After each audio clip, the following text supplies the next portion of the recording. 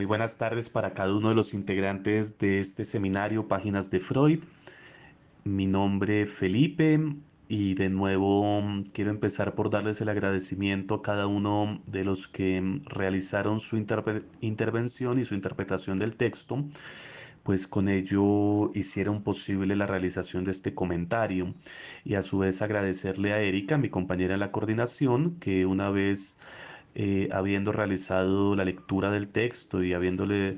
escuchado a cada uno de ustedes, realizó también un comentario que me hizo llegar y que fue imprescindible para la construcción de este breve comentario. Bien, entonces yo quisiera a lo largo de este apartado, de este desarrollo,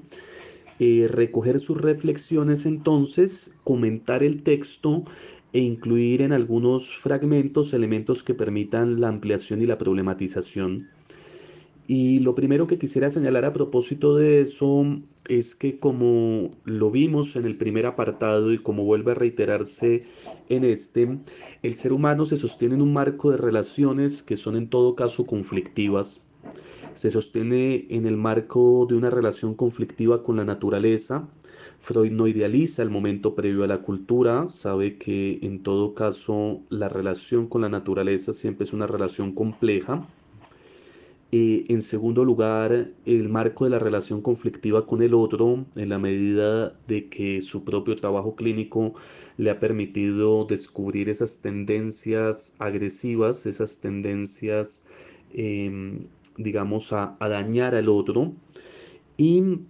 finalmente, que es en lo que va a empezar a profundizar, Freud reconoce la existencia de la relación conflictiva con la cultura. Y en ese sentido, en este apartado, como no lo encontrábamos, se continúa el análisis de esa relación con la cultura, y se nos recuerda que entonces esa cultura estaría fundada en la necesidad de hacer frente al apremio de la vida, y que ese hacer frente al apremio de la vida exige una compulsión al trabajo, por un lado, y una renuncia a lo pulsional, por el otro, ambas cosas que recaen sobre el individuo. Y en ese sentido, el conflicto aparece guiado por dos tendencias. Una tendencia que está orientada a disolver, que está orientada a negar alguno de los dos polos, la cultura o al individuo, y otra tendencia que es una tendencia a reconciliar tanto al individuo con la cultura. En ese caso, ese conflicto estaría entonces vinculado tanto con la discordia como con la filialidad, con la posibilidad del poder de unión. Y a su vez entonces es en el marco de esa cultura que el sujeto se encuentra escindido, conflictuado, en la medida de que el ingreso al universo simbólico y al universo de la cultura da lugar también al ingreso de la prohibición. Y la prohibición entonces aparece precisamente como esa norma que establece una frustración, que establece una denegación de la satisfacción de las tendencias del sujeto, de sus pulsiones, y que le deja en muchos de los casos en privación. Y un poco entonces eso va a explicar que esas privaciones y esas prohibiciones sean vividas por parte de cada individuo como un drama. Y es importante insistir entonces en la reflexión que Freud va adelantando hasta este apartado, que esas privaciones y prohibiciones son vividas como un drama por parte del sujeto, porque no basta un simple acto de conciencia, un simple acto pedagógico, un simple acto educativo que le permita al sujeto la concientización de la importancia de esas prohibiciones, sino que en todo caso esas prohibiciones son vividas bajo la forma del malestar y bajo la forma de un ingreso en el que se exigen renuncia. Y esas renuncias que se exigen, ese drama que supone el ingreso en el mundo de las prohibiciones, se da tanto por un lado porque el renunciamiento a los instintos, a las tendencias, es exigido al sujeto durante todo el transcurso de su vida y no solo durante un momento. Y por otro lado, porque ese drama no se vive fundamentalmente en el terreno de la reflexión, en el terreno de la conciencia, sino que es un drama que se desenvuelve en el orden de lo inconsciente. Y en ese sentido, entonces, Freud nos recuerda que esas prohibiciones que son propias del humano, solo el ser humano es un ser que está en la capacidad de prohibir, constituyen entonces una de las causas del malestar. Privación, prohibición y frustración son causas del malestar que vive el sujeto en la cultura. Y sin embargo, Freud realiza un análisis que abre el campo de comprensión a el análisis de las formas de la privación y distingue entonces entre dos grandes formas de esa privación, unas que están en la capacidad de afectar a todos los integrantes de la cultura y otras formas de la privación que solo afectan a algunos de ellos. En ese sentido, el grado del malestar puede ser sentido y puede ser vivenciado por parte de los sujetos de diferente manera. En lo relacionado con esa privación, ese desarrollo de las prohibiciones que recaen sobre los individuos y que pueden afectar a todos, Freud nos habla precisamente de algunas que son antiguas y que en su consolidación, en la consolidación de estas prohibiciones, es posible encontrar la distinción con el mundo de lo animal. Allí se encuentran fundamentalmente, en primer lugar, la prohibición del incesto, prohibición crucial para la cultura, como reiterará también más adelante Levi-Strauss, y que supone una relación con el complejo de Edipo y con el complejo de la castración. Por otro lado, se encuentra la prohibición del canibalismo y por otro lado, la prohibición del gusto de matar. Esas prohibiciones en principio se sostienen ante la fuerza, digamos, de la tendencia que gozaría en su ejecución. Y Freud entonces es primero claro en señalarnos que en el ser humano habitan esas pulsiones y que en la medida de que ingresa en la cultura, la prohibición de esas pulsiones será una de las causas del malestar. Y estas prohibiciones,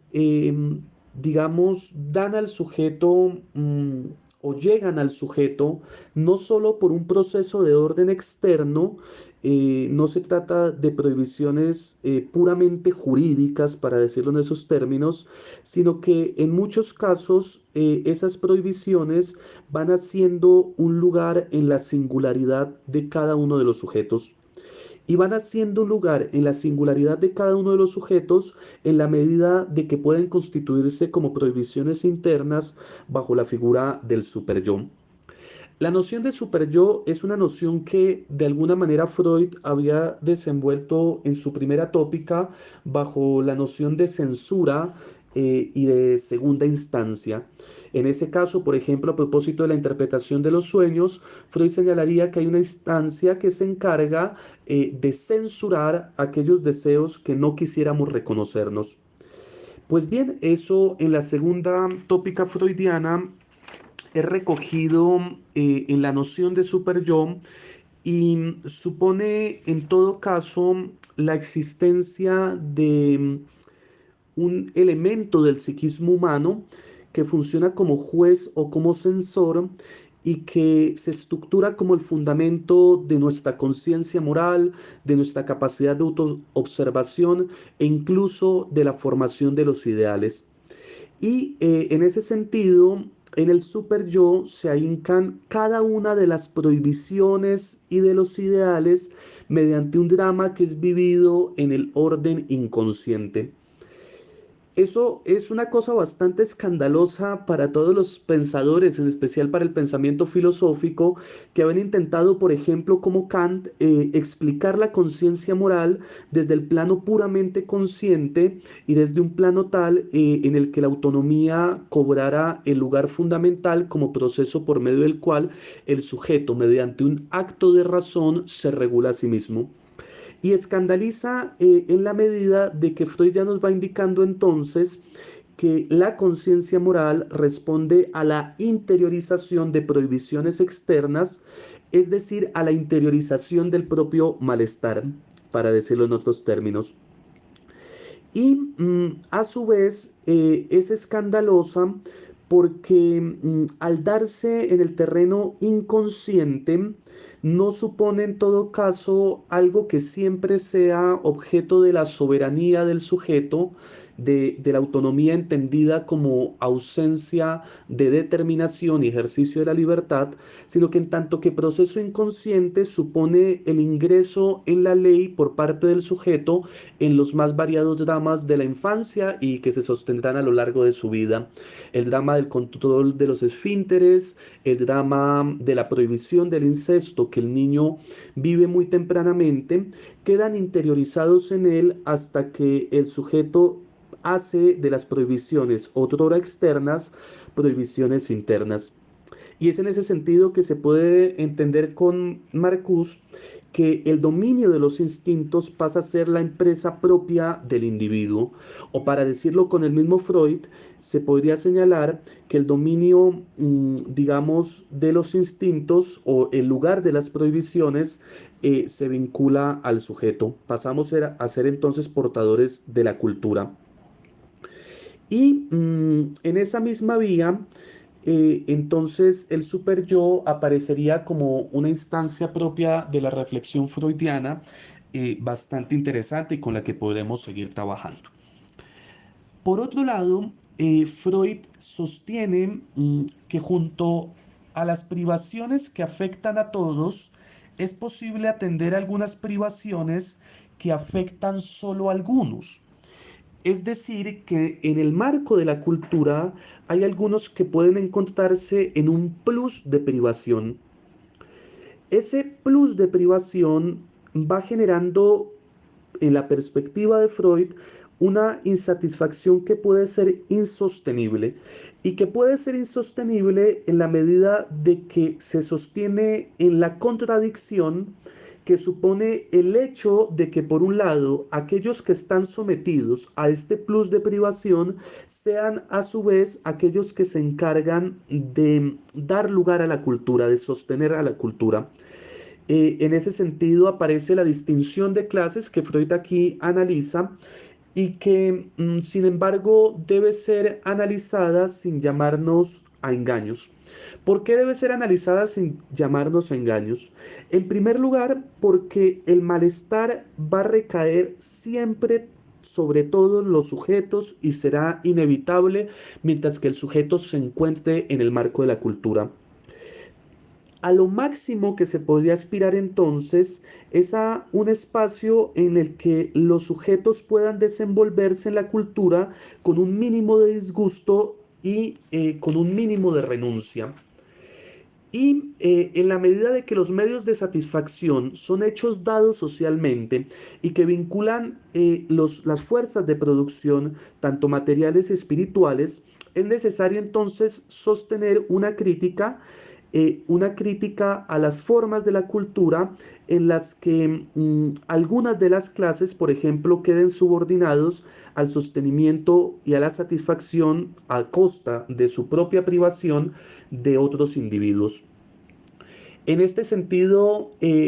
lo que quería y quisiera señalar es que si por un lado el malestar que produce el ingreso a la cultura es permanente y habrá de sostenerse y es inevitable, lo que sí es evitable en la misma perspectiva de Freud es la existencia, digamos, de mayor cantidad de cargas para algunos sectores poblacionales, para algunas clases. Ahora, y esto es bien interesante, la reflexión de Freud no se agota solo en eso, sino que interroga de manera inmediata por qué se sostienen los oprimidos en la mayoría de los casos en ese malestar. ¿Por qué los oprimidos sostienen ese plus de privación del que podían librarse? Y Freud entiende y da dos elementos fundamentales para comprender este asunto. Por un lado, la referencia al narcisismo de las pequeñas diferencias, ese movimiento por medio del cual el individuo se identifica con algunos de los ideales de la cultura y más o menos lo que hace es identificarse también con un grupo poblacional que le resulta familiar, por ejemplo, su nación, su cultura, y oponerla a otros grupos que aparecerían como extraños y diferenciados. La noción de país, por ejemplo, podría encontrar lugar en este desarrollo. Ese narcisismo de las pequeñas diferencias entonces permite que el agente oprimido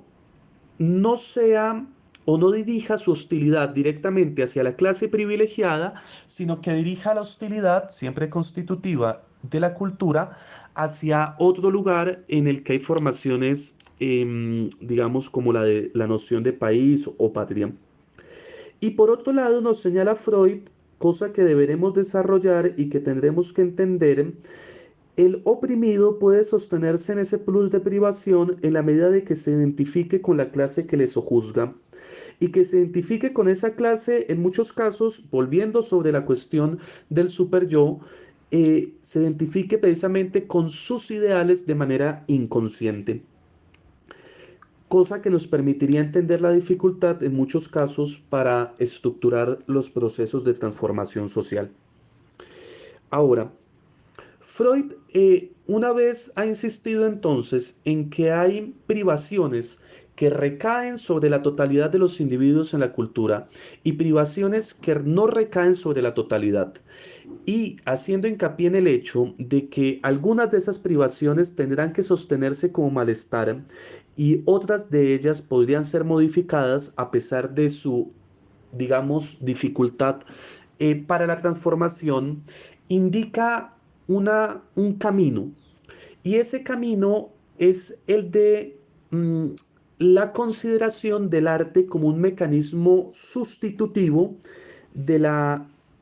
como una satisfacción sustitutiva, satisfacción que permitiría, de alguna manera, en la medida de que se constituye como espacio para tramitar los propios dramas inconscientes, para sostener el conflicto sin la resolución violenta, alcanzar un goce y elaborar el conflicto.